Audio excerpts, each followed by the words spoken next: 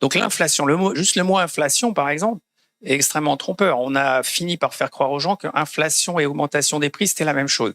Pour moi, inflation, c'est augmentation de la masse monétaire. C'est pas nécessairement l'augmentation des prix. Le problème aujourd'hui, c'est que si on crée 30% de monnaie en plus, mettons même sans aller jusqu'à 80, mettons que tu crées 30% de monnaie en plus dans l'année, parce qu'il y a une crise, voilà, Covid, hop, on crée 30% d'euros en plus.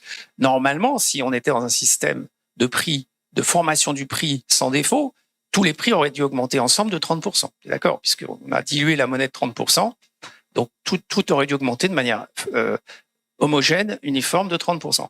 Et c'est pas ce qu'on observe. Ce qu'on observe, c'est que les salaires restent gelés. Et par contre, l'immobilier, lui, fait 30%. Et pourquoi? Parce qu'il y a les actifs, les banques possèdent de l'immobilier, et le mandat de la BCE, par contre, c'est ça, c'est créer les 30%, et derrière pouvoir dire qu'il n'y a pas eu d'inflation. On leur dit, en gros, de votre mandat, c'est dire que l'inflation, c'est 2%. Alors, ils ont un sacré problème, hein. Ils ont 30% de vraie inflation, puis on leur demande de montrer qu'il n'y a que 2% d'inflation à la fin de l'année. C'est compliqué. Donc, c'est des génies, les mecs. Ce monsieur-là en particulier. Non, je rigole parce que c'est tellement énorme que. Mais plus c'est gros, plus ça passe, hein, comme on dit.